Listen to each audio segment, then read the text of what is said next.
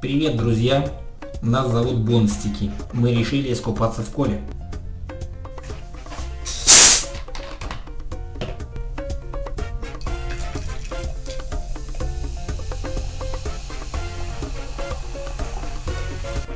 Ой, мы купаемся.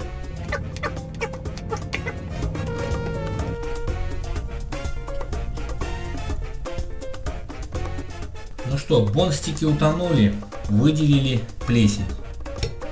То есть вот они. С ними ничего не произошло, но что-то, конечно, интересное было. Потому что покрылось это все дело плесенью.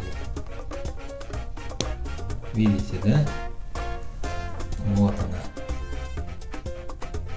И довольно неплохо плесень.